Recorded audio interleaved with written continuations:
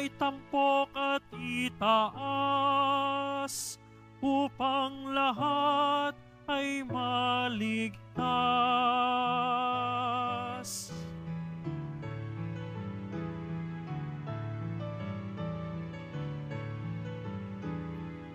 Alleluia,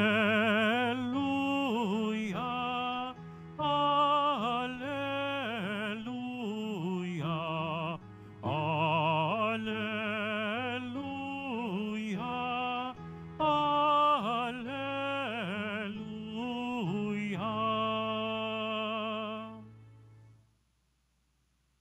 Sumayin niyo po ang Panginoon. At sumaiyo rin. Ang pagbasa sa mabuting balita ng Panginoon ayon kay San Juan. Papuri sa iyo, Panginoon.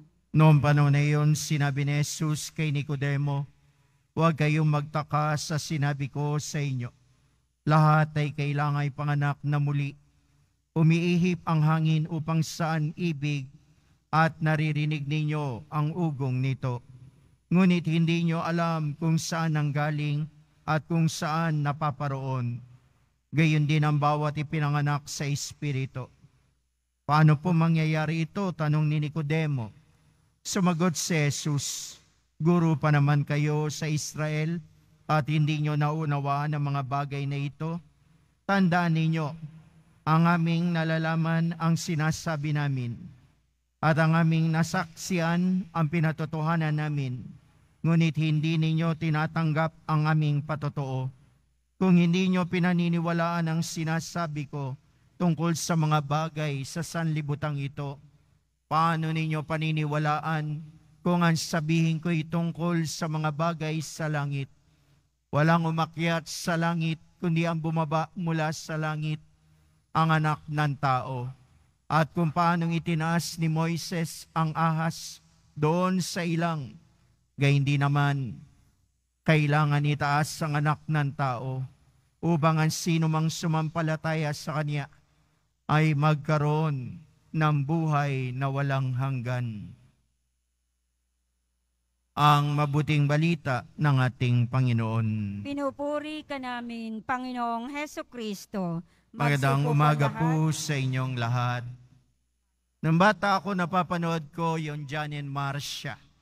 At laging sinasabi ni Deli Atay-Atayan, sinasabi kay Dolphy, kay John, na kung saan ay magsumikap ka, magbago ka.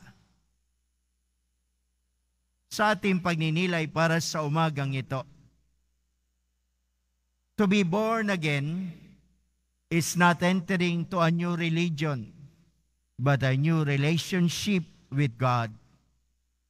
Ang pagsinabing ipanganak sa itaas ay ugnayan natin sa Diyos.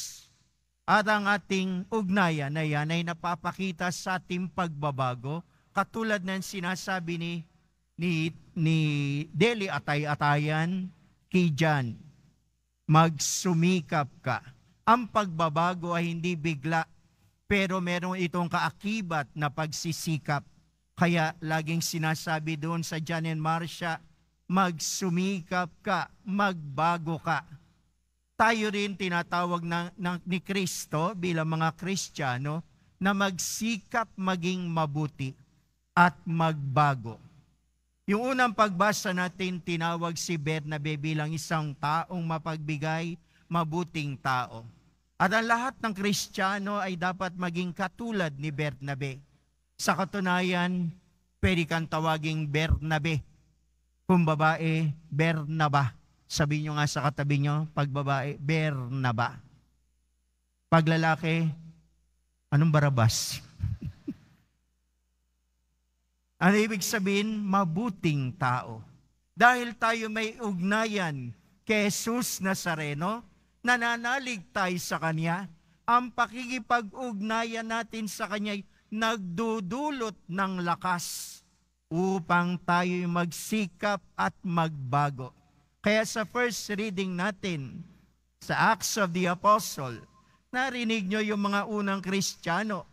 Dahil sa kanilang pananalig sa taas, sila ay naging mapagbigay sa isa't isa. matulungin.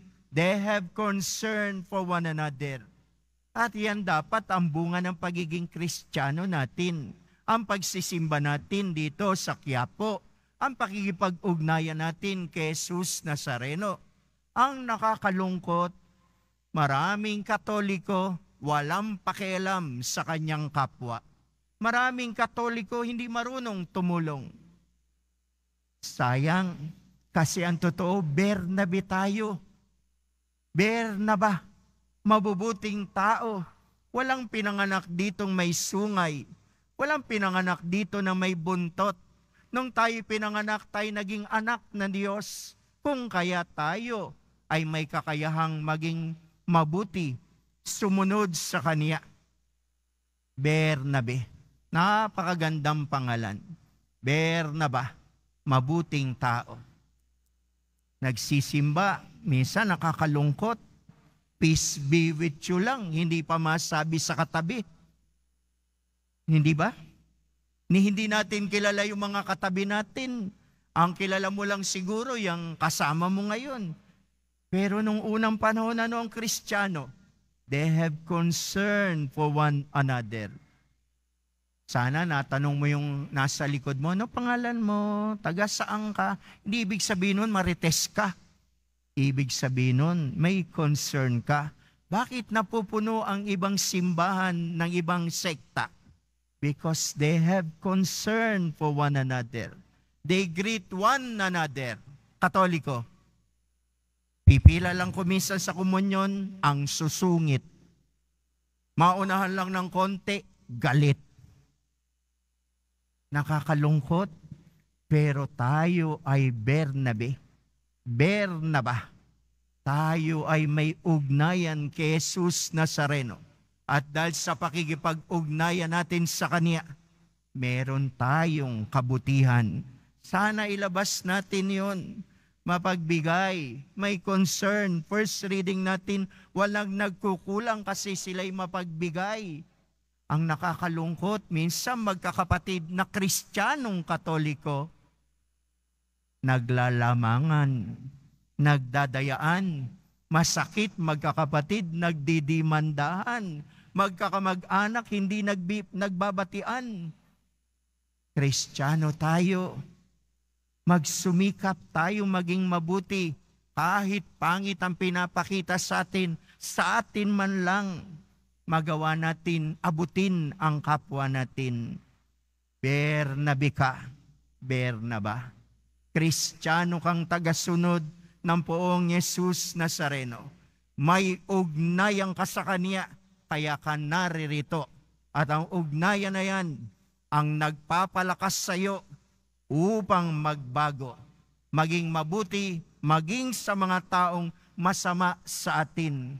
Mapagbigay, maging sa mga taong madamot sa atin. Maunawain, maging sa mga taong naninira sa atin. Bernabe ka, Bernaba. Kristiyano kang may ugnayan kay Kristo. Deboto ka ng buong Jesus Nazareno. Ikaw ay binibigyan niya ng lakas upang maging mabuti. Sana mamaya pag peace be with you, ha? Sabihin nyo sa katabi nyo, peace be with you. Nakikita nyo sa Facebook, di ba? Magbigayan kayo ng kapayapaan sa isa't isa. Ano sabi ng mga bata?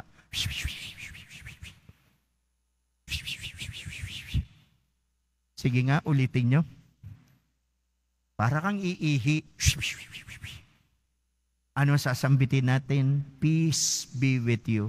Pag lumabas ka rito, may ugnayan ka sa Kanya.